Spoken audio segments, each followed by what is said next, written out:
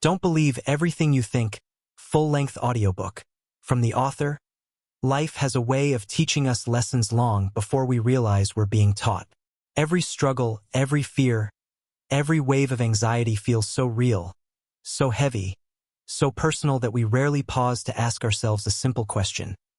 Where is all this coming from? We assume the world is responsible for our pain. We blame circumstances, people, events, mistakes, and memories. Yet the deeper truth, the one this book reveals, is that our suffering does not come from life itself, but from the thoughts we believe about life. In other words, nothing has the power to disturb our peace unless we give it that power through our thinking. This narration is a journey back to that understanding, a rediscovery of the inner world most people never learn to explore. And once you understand how your mind truly works, you'll begin to see that peace was never something to chase. It was something that was already inside you, waiting for your thinking to quiet down enough to be felt. From the moment we wake up, our minds begin to chatter. Thoughts arise like an endless stream, telling us who we are, what we should fear, what we should avoid, what we lack, what we should regret, and what might go wrong. This mental noise becomes so constant that we start believing it is normal, even necessary. But every negative emotion, fear, stress, guilt, insecurity, anxiety, arises from that thinking, not from the world itself. The mind produces thoughts automatically, but thinking is what happens when we begin engaging with them. Thoughts by themselves are harmless, like clouds drifting across the sky. But when we grab one, analyze it, judge it, fight it, replay it, or fear it, we activate thinking, and that thinking creates emotion. This is the first profound truth. You never experience life directly. You experience your thinking about life. And the moment you see this clearly, your entire inner world begins to shift. Your mind, although intelligent, was designed for survival, not happiness. It constantly scans for danger, predicting worst-case scenarios, replaying past hurts, and imagining future problems. When you believe everything your mind tells you, you become trapped in stories that never truly existed. But beneath the noise of thought lies something much deeper, something untouched by fear, untouched by anxiety, untouched by doubt. It is a natural well of peace, not created by effort, but revealed by silence. When your mind settles, even for a moment, you feel it. This is why moments of awe, beauty, compassion, or love feel so pure, because the mind becomes silent enough for your true nature to shine through. To understand why experiences differ so much from person to person, we must examine the three principles that govern human experience: mind, consciousness, and thought. Universal mind is the intelligence behind all life, the unseen force that beats your heart, heals your wounds, grows forests, and holds galaxies in place. Consciousness is your capacity to be aware, the inner screen on which your thoughts, sensations, and emotions appear. And thought is the creative force that shapes how you perceive life. These three principles work together to create your reality. Without thought, you would experience nothing. Without consciousness, you wouldn't be aware of anything. Without mind, you wouldn't exist. This understanding dissolves the illusion that external events are responsible for your feelings. What you feel is always the thought you believe in the moment. Two people may face the same situation: a job loss, a rejection, a delay, an argument, yet experience it completely differently. One might spiral into despair while the other remains calm. How can that be? The event is neutral. It is the interpretation that creates the emotional experience. You don't feel events, you feel your thinking about them. This means your feelings are like a mirror, reflecting the quality of the thoughts you're engaging with. Negative emotions do not signal that life is bad.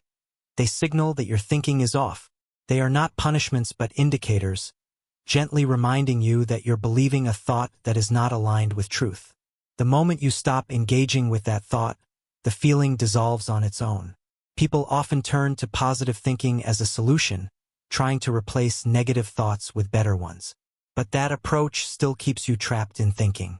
True peace doesn't come from better thoughts, it comes from fewer thoughts. Think about the moments in your life when you felt truly alive.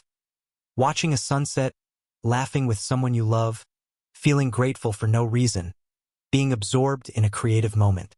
In those experiences, your mind was quiet. You weren't thinking positive thoughts, you weren't thinking at all. That silence is your natural state. Joy is what you feel when thinking stops. Thinking only covers it, like clouds covering the sun. Athletes call this state the zone, artists call it flow, and spiritual traditions call it presence. In Japan, it is known as mushin, the mind without unnecessary thought. When you are in this state, everything feels smooth and effortless. You act without overthinking. Your creativity flows freely. You respond instead of react. You perform at your best because you are not weighed down by mental noise. Flow is not something you force. It is something you allow by stepping out of your own way. Many people fear that if they stop thinking, they will lose motivation or ambition. But the opposite is true. Thinking creates hesitation, doubt, fear, and confusion. When the mind quiets, your natural drive and intelligence take over. Intuition becomes clear, and actions become effortless. Insight, the deep knowing that comes from beyond thought, arises from silence, not analysis. History's greatest innovations, artistic masterpieces, and breakthroughs didn't come from overthinking. They came from moments of clarity and inner stillness. Edison napped to receive ideas. Einstein used imagination and intuition more than logic. Great athletes and creators step back, quiet the mind, and let something greater flow through them.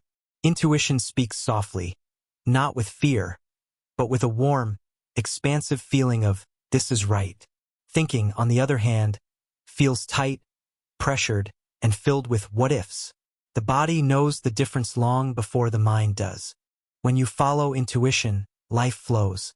When you follow fear-driven thinking, life becomes heavy. The key is learning to recognize the difference and trusting the quiet voice over the loud one.